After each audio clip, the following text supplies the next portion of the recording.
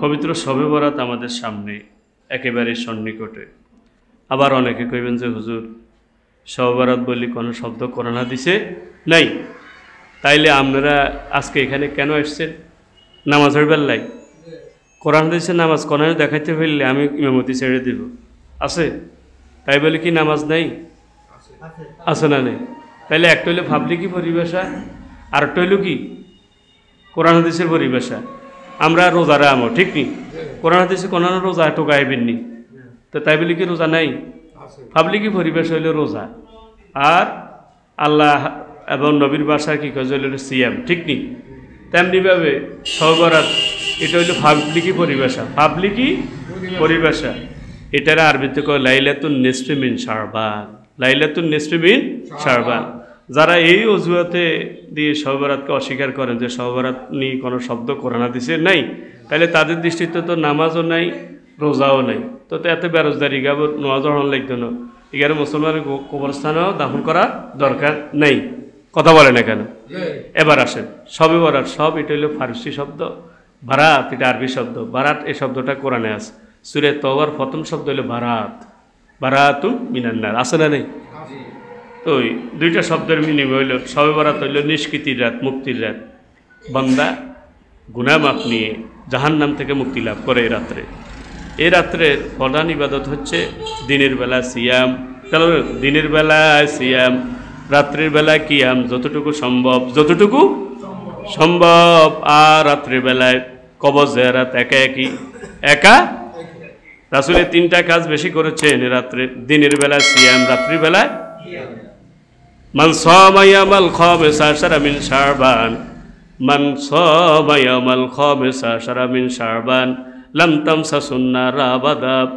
যারা শাবানের 15 তারিখে রোজা রাখে, যারা শাবানের 15 তারিখে রোজা রাখে, তাদেরকে জাহান্নামের আগুনে স্পর্শ করবে না। আপনারা কইবেন কইব হাদিসিকে হাইছেন কোনাই, আপনি হাদিস কোগা জানেন? আপনি হাদিস জানেন কোগা? বুখারী, মুসলিম, তিরমিজি, আবু দাউদ, ইবনে মাজাহ, নাসাই, এই সবগুলি হাদিসের একসাথে কইলে 30,500 হয়। কত? 30,500। এই ছাড়া তো আরো হাদিস আছে না নাই? ইমাম বুখারী বলছেন আমি 1 লক্ষ সহিহ হাদিস মুখস্থ জানি। কত?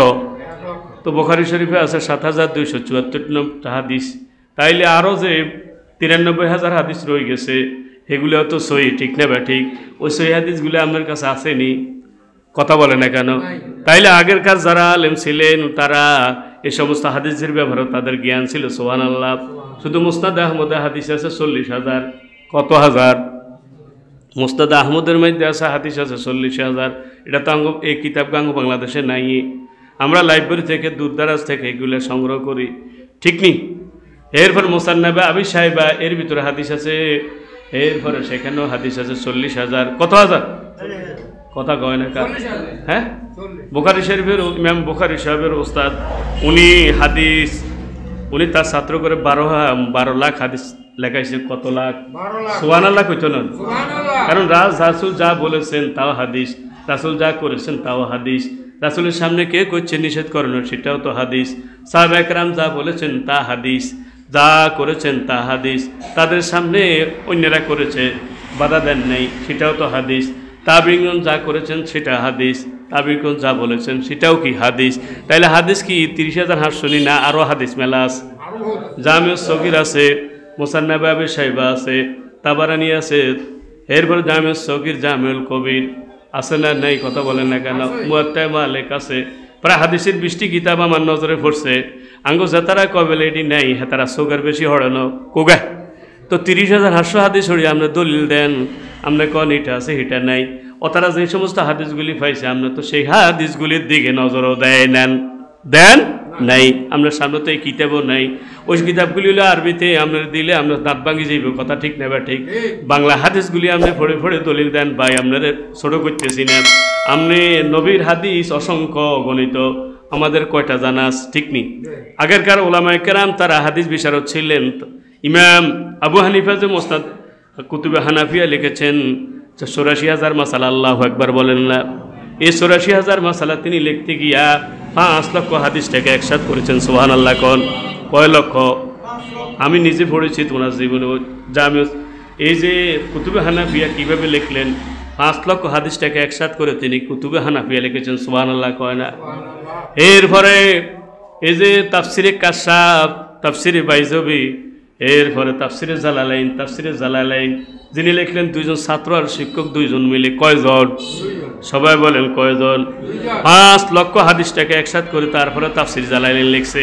আপনারা যারা এটা আছে এটা নাই, এটা ছাড়া মানবেন না, আপনার কাছে কি 5 লক্ষ হাদিস আছে নিরি ভাই? তাহলে ওই হাদিসগুলি তো আপনার কাছে নাই, আপনি জানেন না তাই বলি নাই, এই কথাটা বলা যাবে না। অফাউকা কুল্লি জিল মিনালিম, জ্ঞানীর উপরও জ্ঞানী আছে না নাই? সবাই বলেন জ্ঞানীর উপর জ্ঞানী আছে না নাই? মুসা আলাইহিস সালাম বললেন যে তারা জিজ্ঞাসা করলে এই যুগে বড় জ্ঞানী কে? তিনি চিন্তা করলেন ওহির জ্ঞানটা আমার কাছে আসে, এই জন্য আমি বড় জ্ঞানী। আল্লাহ কয় না আপনি বড় জ্ঞানী না, আপনি তো বড় জ্ঞানী আছে খিজির, সুবহানাল্লাহ কয় না? খিজির তো বড় জ্ঞানী আল্লাহ নবী মুহাম্মাদুর রাসূলুল্লাহ। আল্লাহ রাসূল থেকে বড় জ্ঞানী কে? অফাউকা কুল্লি জি ইলমিন আলিম, শেরের উপর সোয়াশের আছে না নেই? তাহলে যেদুর জানছেন এদুর থামেন, এই আপনি জিয়ান জানেন না ইয়ান নাই, এ কথা বলা ঠিক হবে না। তাইলে এবার বলেন শবে বরাতে ইবাদতটা কি দিনের বেলা সিয়াম, রাত্রির বেলা ইয়াম, যতটুকু সম্ভব, যতটুকু সম্ভব। এবার আসেন শবে বরাতের ইবাদতটা ফরজ না নফল? হ্যাঁ নফল। নফল মানে ওভারটাইম করার চান্স পায়, ওভারটাইম করার চান্স পায় যারা চাকরি ঠিকভাবে করে, ঠিক নিদি ভাই? তাহলে শবে বরাতটা যেটা ওভারটাইম, যদি চাকরি যদি ঠিকভাবে না করে হাতে ওভারটাইম করার সুযোগ নেই, ঠিক নি?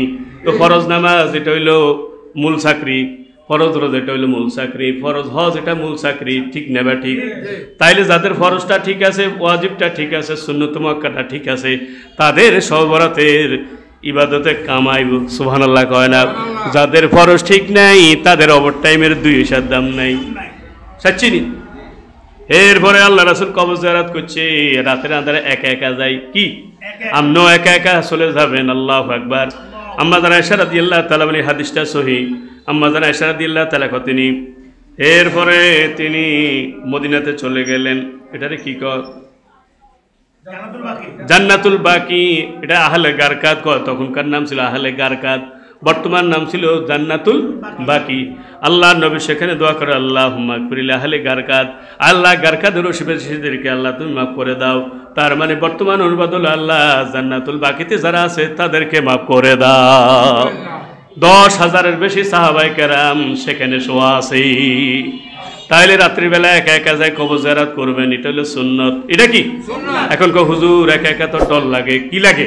তাহলে এখান থেকে সব শিক্ষা নেওয়া লাগবে যে একা একা কবরে থাকা লাগবে, সে কবরের ফুজির দরকার আছে না নাই? ইজা উজিয়াল মাইয়িত ফিল কবরিহি, যখন মৃত ব্যক্তিকে কবরে রাখা হয়, জাল কুরআন ইনদারাসিহি, কুরআনটা তার মাথার কাছে চলে আসে। ওয়াসসালাতু আন ইয়ামিনিহি, নামাজটা তার ডান পাশে চলে আসে, আল্লাহু আকবার বলেন না? ওয়াসিয়ামু আন শিমালিহি, রোজাটা বাম পাশে চলে আসে। ওয়াসাইরুল হাসানাতি ইনদা রিজলিহি, অন্য যত নেক আমল আছে সবগুলি পায়ের কাছে চলে আসে। তাইলে কবরে একা একা থাকতে ডর লাগে, তাহলে নেক আমলগুলি করেন আর কবরে একা একা থাকা লাগবে না, কোরআন আপনার বন্ধু হয়ে যাবে। কোরআন জিজ্ঞাসা করবে কবরে, কোরআন কবরে জিজ্ঞাসা করবে আপনি আরে চিনেননি মুস্তাদ আহমদের হাদিস? কনাই তো আপনারা চিনি না। আমি হইলাম সে কোরআন, আমি হইলাম সে কোরআন, রাত্রির বেলায় আপনারা ঘুম যাইতাম দিন। সুবহানাল্লাহ কয় না? রাত্রির বেলায় লম্বা টাইম নিয়ে তারাবির নামাজ আদায় করলেন, রাত্রিবেলায় লম্বা টাইম নিয়ে তাহাজ্জুদের নামাজ আদায় করেছেন, সুবহানাল্লাহ। সুতরাং আজকে আমি আপনার একা ছেড়ে যাব না, আল্লাহু আকবার বলেন না? ওয়াল মুলকু বিল ইয়ামিনি ওয়াল খুলদু বিশিমালিহি, কোরআন তখন 2টা সার্টিফিকেট নিয়ে নেবেন আল্লাহর তরফ থেকে। কয়টা? একটা হলো জান্নাতে যাওয়ার সার্টিফিকেট, আর একটা জান্নাতে থাকবেন কতকাল, চিরকাল জান্নাতে থাকবেন, এই সার্টিফিকেটটা, এই গ্রিন কার্ডটা নিয়ে ছাড়বে। সুবহানাল্লাহ। তাহলে এখান থেকে শিক্ষা গ্রহণ করার দরকার আছে না নেই? যে একা একা আমি কবর জিয়ারত করতে আমার ডর লাগে, সেখানে ডর লাগলে তো দৌড় দেওয়ার সুযোগ আছে না নাই? আর কবরে যখন একা একা থাকবেন সেখানে তো আর দৌড় দেওয়ার সুযোগ নেই। এখন একা একা যাবেন না, অন্যদেরকে নিয়ে যাবেন, ঠিক আছে? তাহলে কবর জিয়ারতটা করবেন, রাজি রাজি রাজি? আল্লাহ তৌফিক দান করেন। ও আমার ভাইরা, রব্বুল আলামিন সাধারণ একটা ক্ষমা ঘোষণা করবেন। আপনি যদি রাত্রির বেলা ঘুমান, ঘুমের মধ্যেও থাকলেও আপনার সাধারণ ক্ষমার আওতায় পড়ে যাবেন। তবে প্রায় 20 শ্রেণীর লোক তারা সাধারণ ক্ষমার আওতায় পড়বে না। কয় শ্রেণীর লোক? এবার আমি সংক্ষেপে বলছি 20 শ্রেণীকে। 1 নম্বর হলো মুশরিক, যারা শিরিকে জলি করে। কি করে? শিরিকে জলি করে। 2 নম্বর মাসাহিন লিয়াকিহি, যারা বিদ্বেষ ঘোষণা করে, শত্রুতা পোষণ করে। আছে না নেই? এই হাদিসটার ব্যাপারে কেউ কিলোকাল করেন নাই। সকল মুহাদ্দিস কেরাম বলছেন এই হাদিসটা সহিহ। ইন্নাল্লাহা লা ইয়াতু ফি লাইলাতিন নিসফি মিন শাবান ফায়াকফিরু লিজামি খালকি ইল্লা মুশরিকান মাসাহিন। সহিহ ইবনে মাজাহ এই হাদিসটাতে সুনান 1390 নম্বর হাদিস। আল্লাহু আকবার বলেন না? তাইলে একটা সহিহ হাদিসও যদি শবে বরাতের জন্য থাকে, তাইলে শবে বরাত নিয়ে আর বিরূপ মন্তব্য করার সুযোগ নাই। ঠিক নেই? তাহলে শত্রুতা করা যাবে না। শত্রুতা একমি করে আরেকজনের ঘর ভাঙা যাবে না। ভাঙার সাথে ইসলামের কোনো দূরতম সম্পর্ক নাই। এরে ভাই, আপনি যে একজনের ঘর ভাঙেন, তাহলে সে যখন সুযোগ পাবে সেও তো আপনারটা ভেঙে ছাড়বে। ঠিক নি? বাংলাদেশের ক্ষমতা হলো কচুয়াতার পানির মতো। কথা বলেন না কেন? আপনি মনে করিয়েন না যে আপনি ক্ষমতা গেলে আপনার হরাইতে হইতো না। এইভাবে আগরালারা মনে করছে থাকতো হারানো। ঠিক নি? এই জন্য ভাই, বাঙ্গার সাথে একার 2 হাত জোড় করে বলছি, কেউ কারো ঘর বাড়ি ভাঙবেন না। আপনার পছন্দ হয় না, অন্যভাবে কাজ করেন, তবে এটা করিয়েন না। প্রয়োজন এটারে বাড়া দিয়ে লান, বাড়া খাক, বাড়া দেশের মানুষে খাবে, গরিব পুণ্যে খাইব। হিয়ারের হাতে যদি এক সময় হাতে আইয়ে হাতে জায়গা চলে যাইব, ঠিক নিরে ভাই, তবে ভাঙিয়েন না। আপনি যদি ভাঙেন তাহলে আপনি চিন্তা করিয়েন না 10 বছর 20 বছর 50 বছর হলে আপনারটা ভাঙব। কথা কয় না কা? এখন ভিডিও ফুটেজ আছে না নাই? কে ভাঙছে, কে সাবল আনছে, কে ঠেলা দিছে, আছে না নাই? কে নির্দেশ দিছে, সব রেকর্ড আছে না নাই? এ কাজ করিয়েন না। 3 নম্বর, সাধারণ ক্ষমা থেকে সে বঞ্চিত হয়ে যাবে কাতেল, যারা অন্যায়ভাবে হত্যা করছে। অন্যায়ভাবে হত্যাকারী আছে না নাই? আমার কাছে এত সময় নাই। অন্যায়ভাবে যদি হত্যা করে তার 30টা শাস্তি। কয়টা? আরো জোরে, কয়টা? অন্যায়ভাবে হত্যা করলে 30টা শাস্তি। কিছু শাস্তি তার জমিনে আছে, তার মধ্যে একটা জমিনের মধ্যে শাস্তি হলো সে সবরাতে যত ইবাদত করবো কাম হইতো না। কি হইতো না? কাম হইতো না। সাধারণ ক্ষমতার তা সে আসবে না। মুস্তাদাহুদ হাদিসটাস। এরপরে 4 নম্বর আহলুদ দগায়েন, হিংসুক, তা সে সাধারণ ক্ষমতাকে বঞ্চিত হয়ে যাবে। হিংসুক আছে না নাই? হরেরুতে না ভাই, এটা নি শৈল্যে হারায়। হরেরুতে না ভাই, এটা নি শৈল্যে হারায়। মানুষের হলানে কি আর, তুই কি আর? আমনে আল্লাহ রাসূল বলছেন, উপর দিকে তাকাইও না, নিচের দিকে তাকাও। তোমার থেকে যে খারাপ অবস্থা আছে তার দিকে তাকাও, তাইলে তোর মনে শান্তি আসবো। আর যদি তোমার থেকে যে ভালো আছে তার দিকে যদি তাকাও, তোমার অন্তরে শান্তি থাকবে না। ঠিক নি? আল্লাহ তোমার হাত দিল, পা দিল, এটাও তো সম্পদ। ঠিক না ভাই? ঠিক। এরপরে 5 নম্বর হলুল হেক দে ফরসি কাতর, হরটা দে নিজে কাতর হয়ে যা, আছে না নেই? তার ইবাদতটা কবুল হবে। সে সাধারণ ক্ষমা থেকে বঞ্চিত হয়ে যাবে। বাইহাকি শরীফ হাদিসটা। 6 নম্বর মুসারিমান, সম্পর্ক ছিন্নকারী, সে সাধারণ ক্ষমতা থেকে বঞ্চিত হয়ে যাবে। 7 নম্বর কাতিউর রহিমের, আত্মীয়তার সম্পর্ক ছিন্নকারী, সে সবরাতে সাধারণ ক্ষমা থেকে বঞ্চিত হয়ে যাবে। আত্মীয়তার সম্পর্ক ছিন্ন করেন না, এখন আছে না নেই? ভাই মিল নাই। মায়ের সাথে সম্পর্ক খারাপ, বাবার সাথে সম্পর্ক খারাপ, বোনের সাথে সম্পর্ক খারাপ, আছে না নাই? কথাও তো কয় না।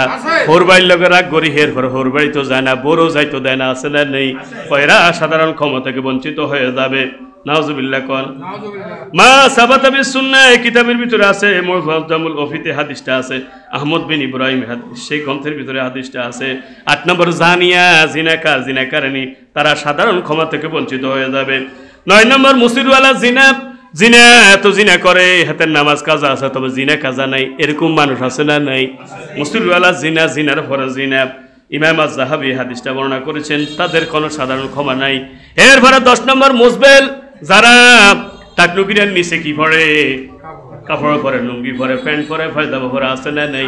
নামাজে যখন দাঁড়াইবেন তখন আপনি প্যান্ট কারে এইভাবে করিয়েলেন।